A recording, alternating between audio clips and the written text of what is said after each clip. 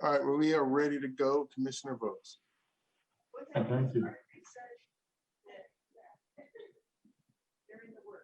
Okay. Commissioner votes, we can begin. Ready to go. All right, good. Thank you. All right, then. I guess we will call this meeting to order. The Measure LC Oversight Committee, pursuant to Government Code Section 54953, subparagraph E, and to ensure public safety measures while maintaining transparency and public access. This meeting will be conducted telephonically and video streaming live on Channel 28 and the city's website. May I have the roll call, please? Committee Member Yeager. Here. Harvey. Present. Vice Chair Sison. Present. Chair Bose. Here. We have a quorum. Thank you. The invocation tonight will be offered by Vice Chair Sisson. You would? Yep, let's pray. Dear Jesus, I thank you for the day that you've given us. I pray that tonight you would help our team as we hear about the city of Lancaster and possibly make decisions. I pray that you'd help us to do our very best.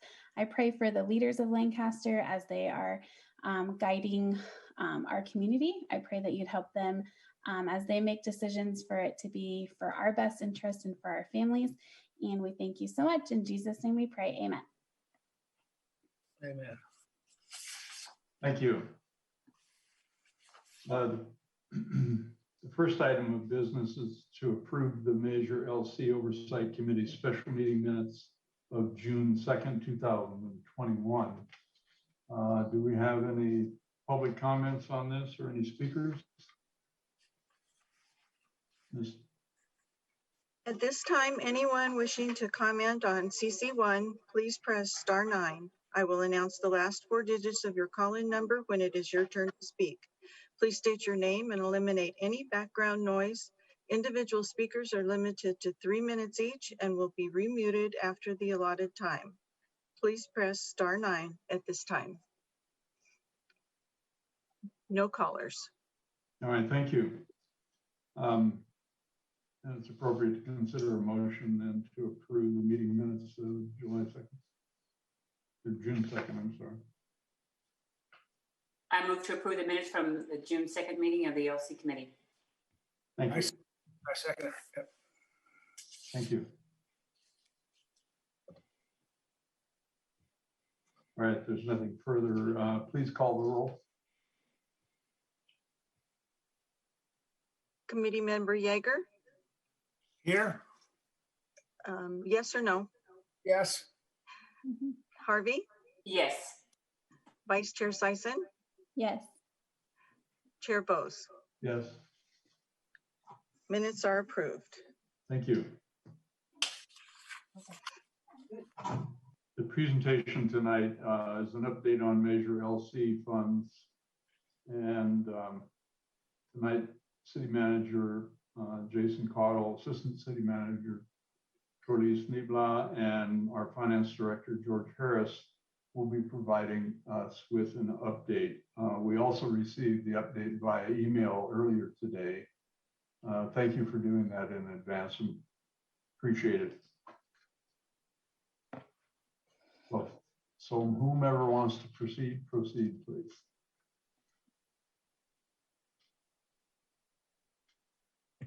Eventually I'll get this right. Well, I'll get it kicked off and thank you guys for being here. We'll start with just a notice. There's only 4 of us tonight. There's 5 of you on the committee. So we are in the process right now of selecting an addition. We had 1 resignation.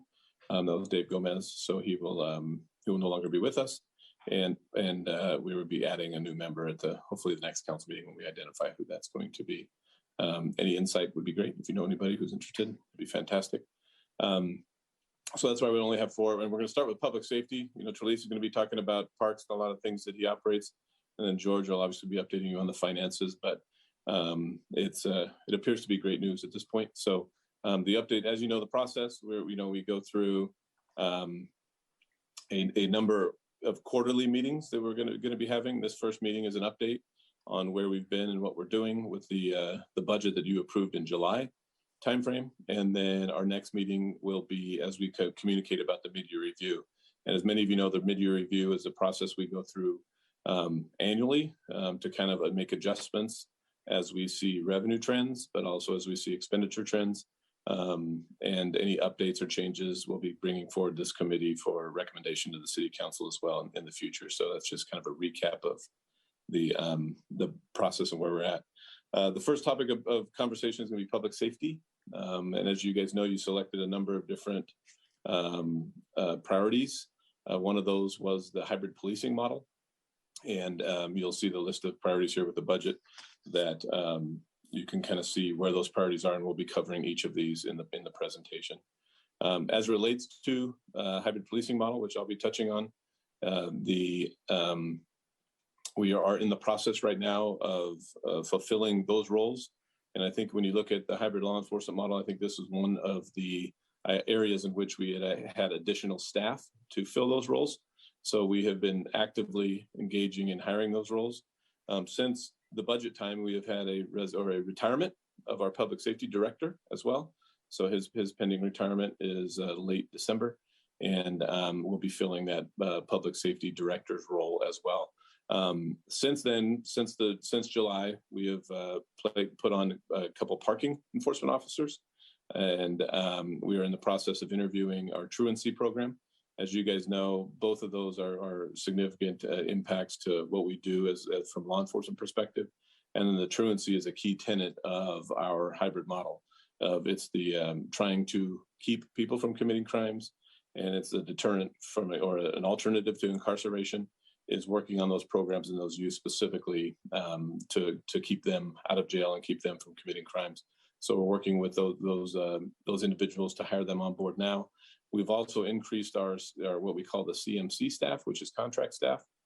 They are not city employees, but they work on contract, and their main purpose and function is a lot of our homelessness issues. That's not only cleaning up their facilities, but also managing to clear them out of dangerous areas, trying to get them into locations where they're more safe and more productive to their needs from a homeless perspective.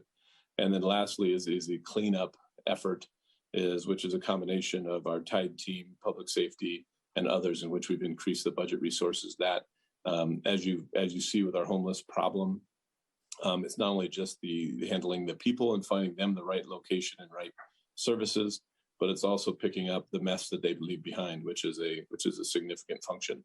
And it's a never-ending battle. But we hope that as we fully roll out with our new director and some additional staff, that will fully roll out the implementation of the hybrid law enforcement model, which will have hopefully a significant effect in how we see our community, what our community looks like, and then hopefully how our community operates within our law enforcement system. So we're excited about this. This is one of my personal highest priorities. I know it's the city council's as well. We're going to be able to make a significant improvement in not only the crime levels, but also the visual aspects of our community of crime. So with that, if there's not any questions, I'll turn it over to Trelise to start talking about some of the other details. Thank you. You mentioned that Mr. DeRico is retiring, huh? That's correct. Yeah. That's new news, right? That's new news. Yeah. I mean, it's within the last 3-4 weeks. He's had a long history with Lancaster, and I know he's not going anywhere. He's a long-term, fantastic community member who will be involved in the process. But yeah, he is submitted for his retirement, and we're going to miss him significantly. But as you know, Mr. Vos, there's still a job to do, and we're going to be working hard to kind of continue that legacy. Right. So the effort on the hybrid policing model, based on the outline that was talked about and adopted by the city council and the funding that we've recommended, there hasn't been much expended in that category relative to the model at this point then. That's correct. I mean, when I say we're implementing the model, I can say that we are implementing the model. Are we implementing it to the extent that I think the community envisions and the council envisions? We're not kind of to Recording in ribbon. progress. We're not kind of to ribbon cutting level, but we will be getting there soon. All right, thank you. All right, thank you, Jason. So I'm going to quickly run through our development services and our parks updates, and with regards to what was budgeted in the Measure LC budget about 3 or 4 months ago when we did that with this group. The first project we have is the event in Regional Evacuation Center. So where we are there is we've hired Onyx architects. They have done some conceptuals at 2 different locations, both at the Hangar, the old baseball stadium, and then at the fairgrounds. We're evaluating both sites, trying to come up with what works best and you know, what is ideal for this community, what will serve us best long-term in the future. So that's where we're at. We are supposed to be getting their schematics and cost estimates in the next month from them, and then we'll sit down with the different stakeholders and evaluate those proposals and move this project forward. So next slide, George. Trolleys. Yeah.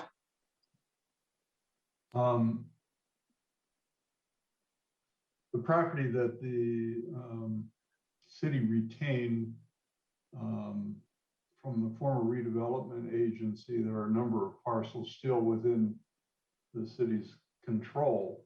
However, you're looking at sites that already have infrastructure in place.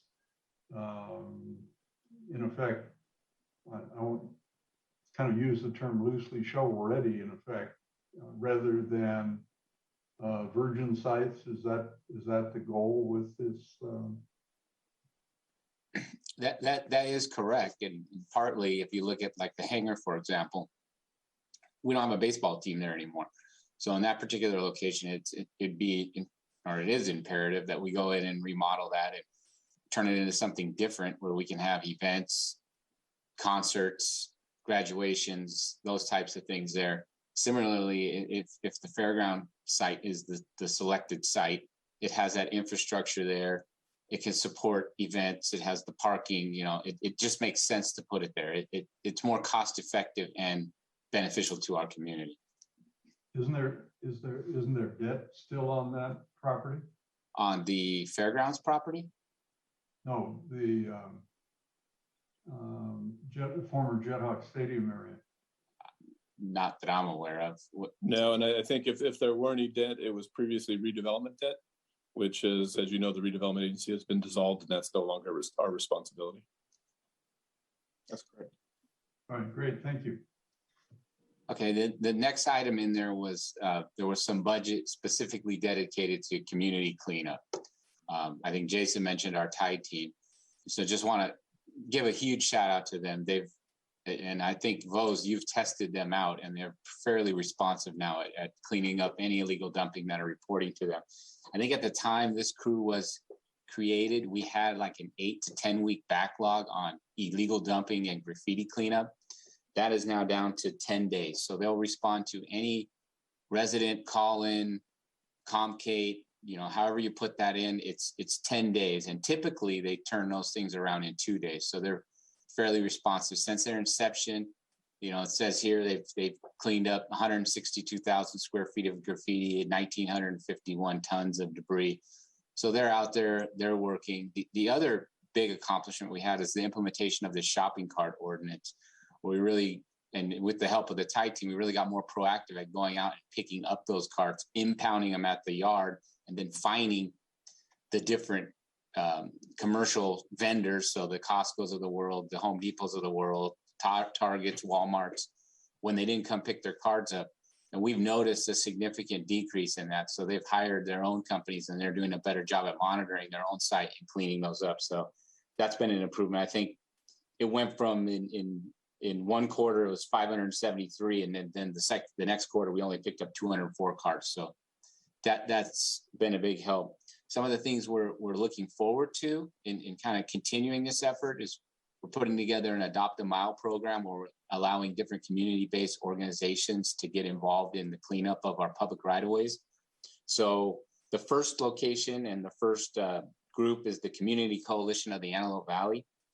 They're going to do Avenue L from, I believe, 20th Street West to 40th Street West. So they're going to adopt actually 2 miles and go out there monthly and help clean it up. And I know we are actively engaging different community groups. I think we've reached out to Jerry with Lancaster Baptist to try to get them involved too, because they've expressed some interest. So, but it's just, if we can get community groups to really take ownership of some of our public right-of-ways, it's going to help us out tremendously. Caltrans has stepped up, and we did our community cleanup last week out on the 14 freeway between Avenue M and Avenue L. And they've agreed to do a quarterly cleanup, partnering with us and continuing that momentum. So that's great news. They're also, and hopefully we can keep pushing them in this direction, but they're getting a little more proactive on the homeless. They'll be out at Avenue K and the 14 freeway tomorrow, cleaning that, relocating those homeless individuals up and moving them to a safer place for them to be. So this is good. We've made really good progress on this so far, and we're looking forward to the rest of the year and continuing that momentum. Next slide, George. Our City Hall Resiliency Project. We're actually, this project is a project that will create a battery system, which will essentially take us off the grid in the event of an emergency. So we'll have enough power there stored to run City Hall. It's also going to tie into a future hydrogen project where we have a hydrogen fuel cell that will just connect to this and provide additional power source and act as a fueling station in times of need or when we need that. But this one we're taking to council November 9th, so next week, for approval of the contract. So that's where we're at on this one. Next slide, George. That's a little more money than was recommended. However, it's offset by a grant. The 300 and I don't remember the exact number off the top of my head. I think it's 308 maybe. 09. Mm-hmm. Yeah, that one, that's our match. And then the 421 is the secured grant. So the total project is add them together, 421 plus 309. So that's more cost efficient than an on-demand generator then? Well, correct. And I think it's more in line with some of our climate goals as well. And I would add, Commissioner Vos, there is a demand management side of the battery implementation as well. So that battery can dispatch in peak loads to impact our cost of energy, where you can't do that with a diesel generator. So I just want to make it clear, the total cost of the project is $739,000. The grant will offset the 421, leaving 318. So we originally had adopted a budget of 309 for the project, and we're taking it to council requesting the additional $9,000 next week. Okay, next slide, George. We've got the Biotech Incubator Lab. So this is taking our existing business incubator in the Lancaster Business Park and converting it into a biotech incubator. So we budgeted $1 million for design.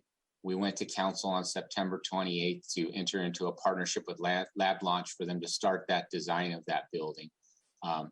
This will really create a state-of-the-art biotech incubator facility that will attract startups in this field, and hopefully they'll grow and they'll move on and locate in Lancaster and create a good amount of biotech jobs here locally. So that's the goal of it, and we've kicked off the design. Next up, we've got our art and public places. We put, I think, $300,000 into the budget for these.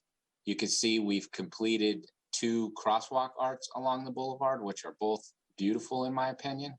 Those are excellent pictures of them. And we're doing another one at Fern here coming up. And then we've got a mural going up at Sky Tower Park. I think they also already completed the Wells Fargo mural over on the boulevard. So this project is moving forward. Next slide, George. Our VMT programmatic EIR. this was a project really centered around meeting or satisfying the state's vehicle miles traveled mandate on local jurisdictions. So we initially adopted this, I think, a year and a half ago. And then as we started to implement the first few projects, we realized sometimes it's hard for them to mitigate VNT, and it makes more sense to come up with a program that can be applied citywide, where in the event that they can't mitigate, they can pay a fee to offset, and then the city can use those fees to do VMT improvements throughout the city, i.e. bike lanes, bus routes, things that lower the vehicle miles traveled. So we've kicked this off. I believe we hired the consultant several months back. We started stakeholder meetings. We had the first last week with some of the developers in the community, and we've received really good feedback from them. I know specifically Royal Investors, Pacific Communities, they thought this was very forward thinking, and they're really happy to A, be part of the process, but B, also know that we're doing something so that it helps with their future development and will help them move projects forward. So next slide, George. I think that covers all of the DS component, the development services component. The next is our parks department.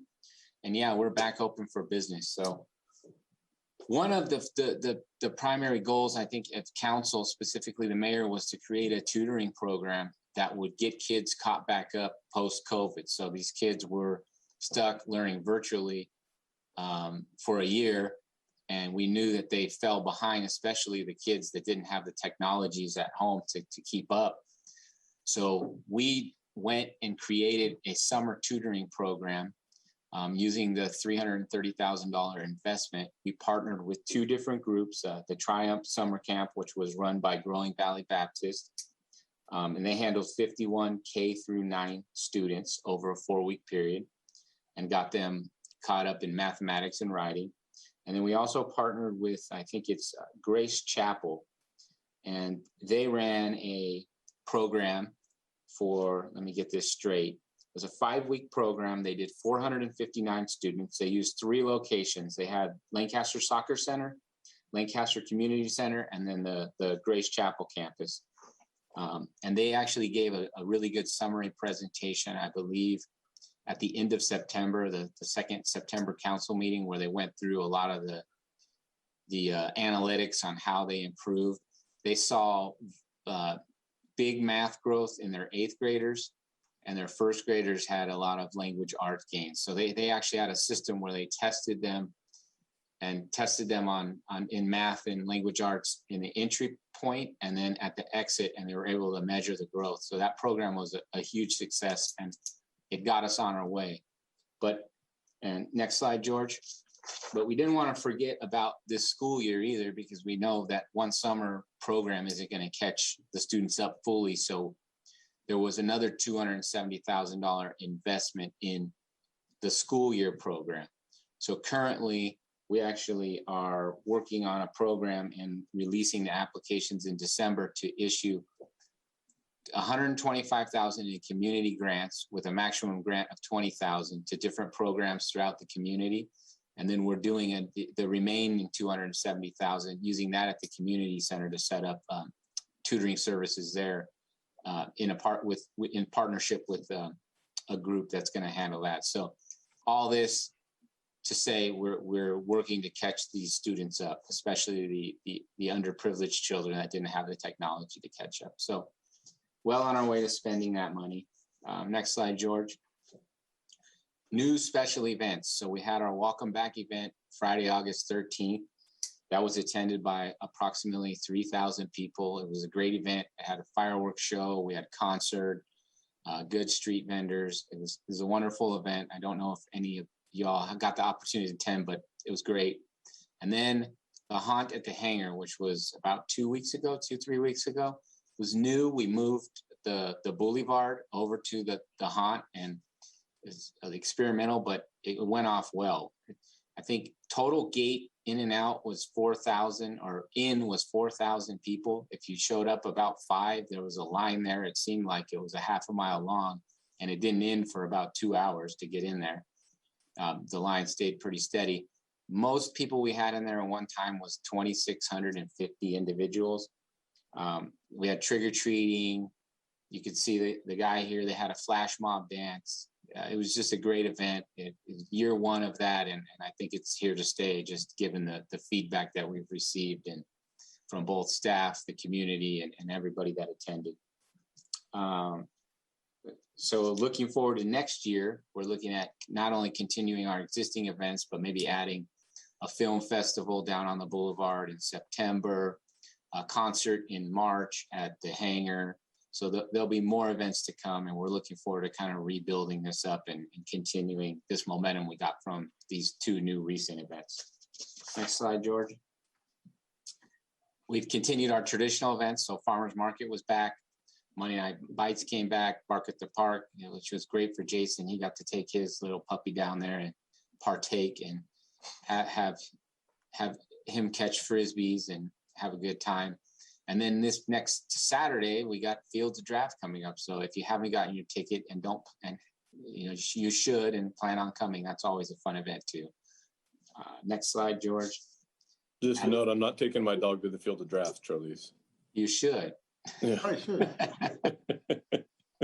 You might need a designated driver.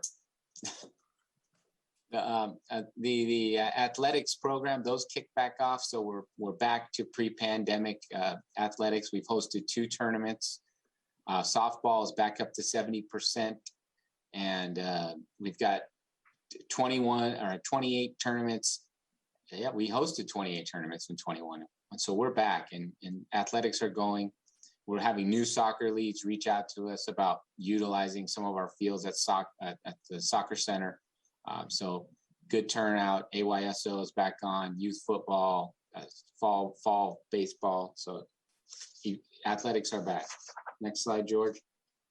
We've seen a recreational resurgence. 204 kids enrolled in summer camp. 65 already registered for the winter camp. And then 4 enrichment sites reopened with 240 students. Those are located on some of our school campuses. So that's the after school care that parents are able to take advantage of. So you can see that they're doing so.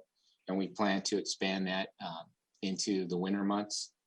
Next slide, George. More on the arts.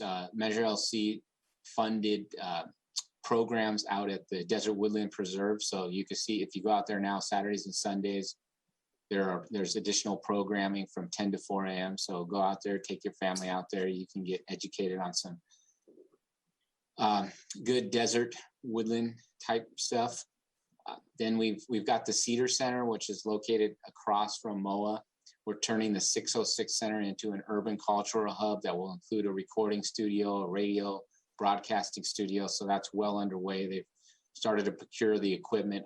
Unfortunately, it's taking longer to get than we thought because the supply chain issues that everybody's facing. But as soon as we get that equipment, that'll be installed in there and that'll be open for use by our residents or different groups that can come in and lease the space out and take advantage of that cultural center there. Next slide, George. And the Lancaster Community Center. So that, if you haven't had a chance, I would recommend scheduling a tour out there. The building came out amazing. If you saw it pre and post remodel, it's night and day. It's a beautiful facility.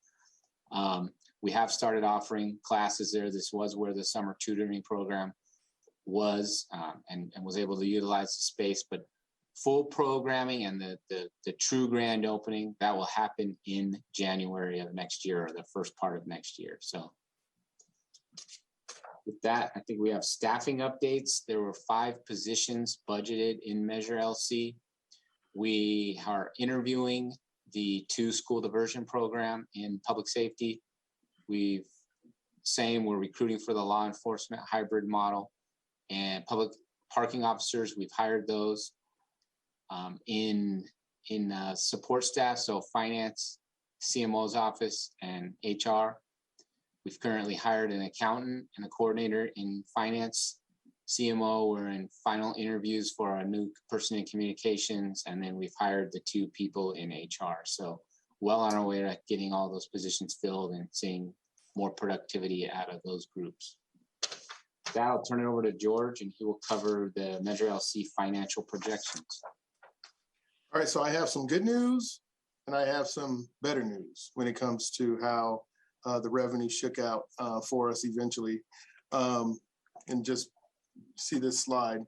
In the column to the left is what we originally anticipated when the tax was approved, based on a projection calculated by our consultant, HDL. HDL assumed that our Measure LC dollars would suffer right along with the rest of our sales tax dollars as a result of COVID. The end result is that they were 100% incorrect. They were very conservative in their projections, and the actual numbers came in significantly higher in both the regular Bradley Burns sales tax as well as Measure LC. But tonight, for the purpose of this conversation, we'll just talk about the Measure LC dollars. We had originally budgeted $3 million to come in between April and June of last fiscal year. We actually received $5,070,000 in Measure LC dollars for those first 3 months. Our original projections for this fiscal year that we're in, as you saw in that first slide, we budgeted, programmed out $13,700,000. We are actually projected to receive closer to $19,523,000 in Measure LC dollars for this current fiscal year, and the revenues that we have received to date tend to track towards that much larger number. We had originally estimated about a 4% increase off of the 13.7 into the next couple of years, year over year. But when you apply that 4% as HDL has done, that number grows rather than the 14 million that was expected for the next couple of years. Is going to be closer to 20 and $21 million. And so for a revenue that over the course of 4 years, which was originally projected to produce 45 million, it's going to be closer to 66 million, about a $20 million increase from what we had originally anticipated that the revenue would generate. So that's all great news. So the good news was that last year we anticipated 3 million, we got 5. The greater news is those full year estimates for the next 3 years significantly growing beyond what we ever imagined when we took this tax to the voters and so forth. So although the additional money has been received for last fiscal year, it will accrue to fund balance at year end, that additional 2 million. We actually had not programmed out that $3 million that we were to receive last year. So you will see the full $5 million accrue to our fund balance from last year. And then the additional 5.8 million for the current fiscal year will be looked at for consideration during our mid-year process. So yes, Ms. Harley. I'm just curious, do we know what that huge delta is driven by? Is there some? There was a statewide growth in sales tax dollars statewide over that last quarter when compared against the prior year quarter at the same time. So every single city that we looked at in our comparables, as well as our local regional cities, they all experienced a bump up in sales across the board. Okay, that's so not bad math, it's just increase in sales. Okay. I would say increase in sales, but then I would say over conservative estimates by our consultant leading into COVID and working through COVID. And so we had the same experience the last 2 years in regards to our regular sales tax. The consultant came through and said, we're seeing these types of decreases in these particular categories. And when it was all said and done, the people didn't stop spending money as they anticipated. Okay. And so the good news with that is that going in, we didn't assume the revenues to be that high. So if they didn't come in that high, we weren't in negative spending. The better news is that they did come in high, higher than expected. We were able to put a lot of money into fund balance, which I considered to be there to really structure reserves and our long-term financial resilience, and also gave us time to going into this mid-year session in January, time for council to really truly think about the purpose for the funds. In addition to all of this, we did also receive our first allocation from the federal government in terms of ARPA funds. And so there's quite a bit of money that the council could use to really set the city up for the long term, especially as well as taking care of some long held projects that could be covered now. Okay. And so it's all really just great news. And from my position, and I guess from Jason and Trelise's positions as kind of being the finance leads of the organization, it's a good problem to have, but a problem nonetheless, because we still have to be great stewards of the finances and the funds that we've been provided here. I think we would have been fine had they not came in at that level. I think our program prior to actually realizing these increases we would have been just fine. We had programmed the funding, as you saw during the budget time, to still be able to do a lot of really new, cool stuff, and conservatively still maintain reserves, and conservatively still structure our expenditures in a way that they're sustainable, utilizing some one-time money to take care of one-time activities and make sure that we don't overexpend in those areas to where we create deficit spending in the future. So we did that. Now, on top of all that, the money came in much more greater than it was anticipated, and we're in a better position to be able to even further sustain the city's finances well into the future. Okay, thank you. Good to hear. George, you mentioned that these revenue projections impacted both the major LC sales tax, but it would also impact the increase in revenue from your base sales tax system, even though I don't know if it's true, but what I've been reading lately about the large sales tax generators, the folks in the automobile sales business, as well as the folks selling petroleum products, more people are going back to work, they're driving more, they're buying more fuel. So that had to be a decent boost, I would think. But with the impacts on auto sales because of inability of supply to manufacture, some of the manufacturers are not producing right now. I think there's a pent-up demand for purchase. So how do you anticipate that's going to affect the revenue stream going into the future? There's going to be two major impacts over the next 4 to 5 years that are going to impact these numbers. One being online sales, and so specifically online sales from Amazon.com. And so recently, Amazon.com took ownership of their distribution centers and their fulfillment centers here in Southern California, well, in all of California. And the prior methodology, when they did not own those facilities, they were owned by an out of state or what we call out of state, in-state foreign company out of the state of California. Those sales would go into the county pools, and then we would receive our share of those sales via the county pool. Most recently, probably in the last 3 months, Amazon, they purchased all of their fulfillment centers in the state, which moved the POS location or the allocation of those funds to the cities from the county pools back to the host cities. So the cities that actually host fulfillment centers are now getting all of the money that was being distributed statewide via the county pools. And so it's a huge boon for those cities, of which I used to work for one, the city of Rialto. And had I still worked for the city of Rialto, I probably thought that was a good idea. But now I don't work for the city of Rialto, I work for the city of Lancaster. So we may end up taking a hit on that.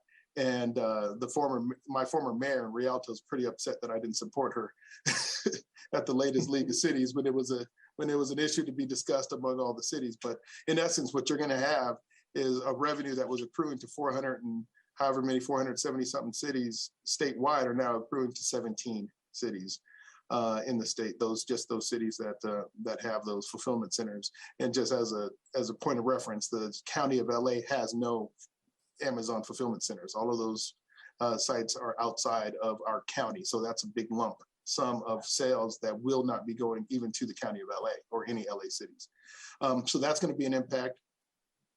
There is a price increase that we're seeing on auto REIT sales.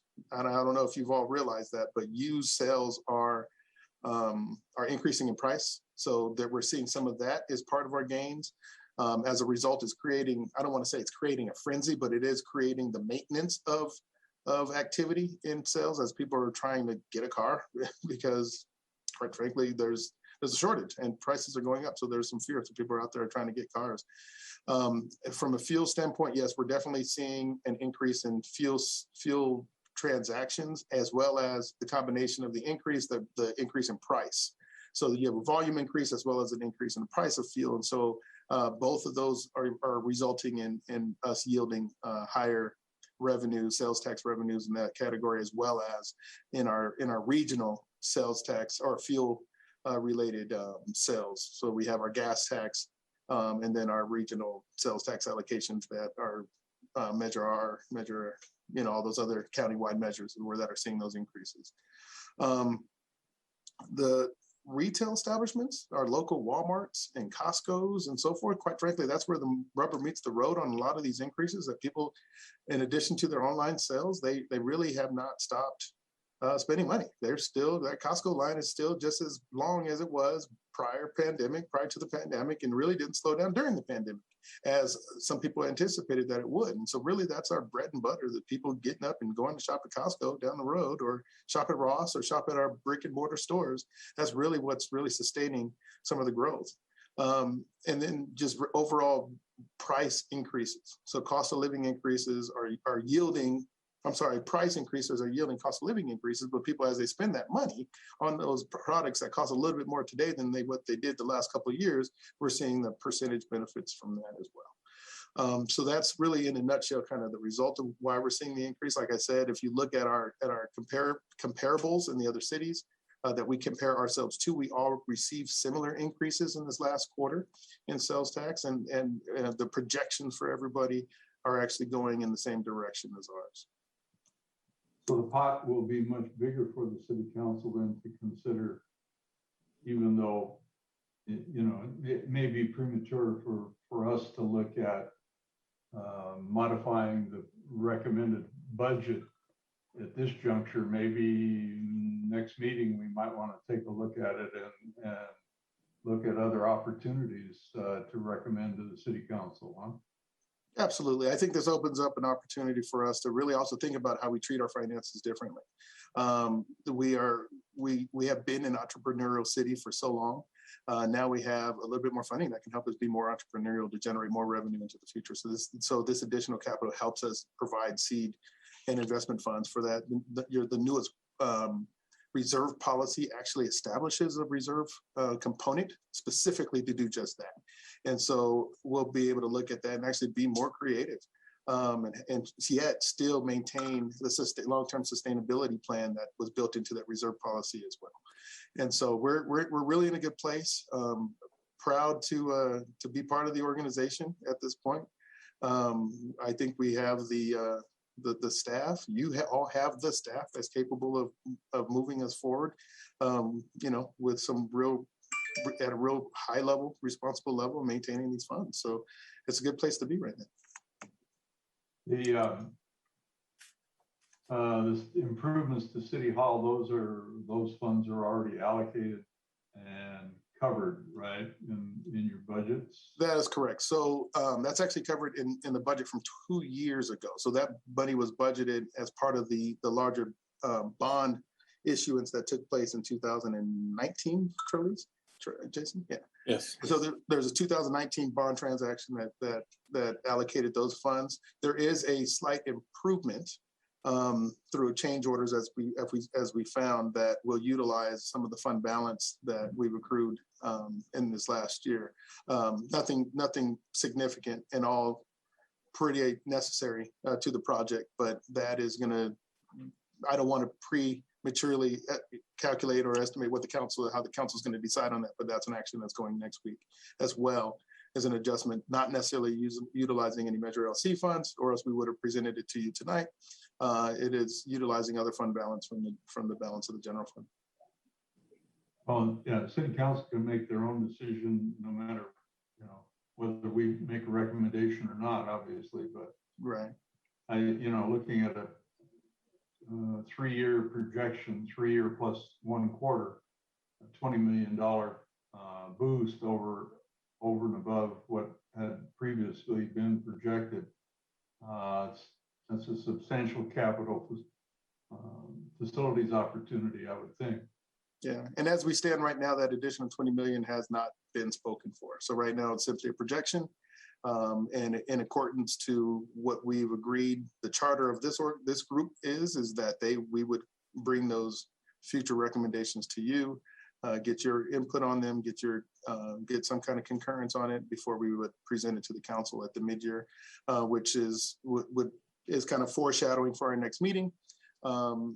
To talk about the mid-year budget, in that we'll be looking at fund balance that was created as a result of the Measure LC revenue received last fiscal year, as well as what's anticipated for the current fiscal year 21-22, which shows about, if you look at it, the 5 million plus the additional 5.8 million that's anticipated in the current year. So we're looking at possibly at mid-year taking consideration to upwards of $10.8 million in additional revenue. And that some of that recommendation may be to leave some of it in the bank.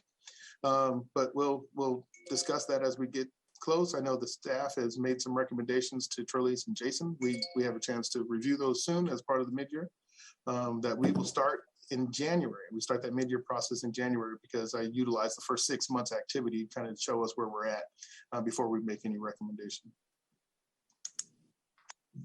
The good news is that these are not one-time funds. That is correct. These are a permanent stream of revenue as opposed to one-time grants or whatever. That's correct. Very good. Great news. Thank you. So with that, I don't know if Jason wanted to provide a close to the presentation, but that's the conclusion of all of our slides. No, I think that was great. And George, we're talking here that you could probably teach a class on this stuff. Well done. But yeah, if there's any other follow-up questions or concerns or thoughts, I'd be happy to take them. But that concludes our presentation tonight.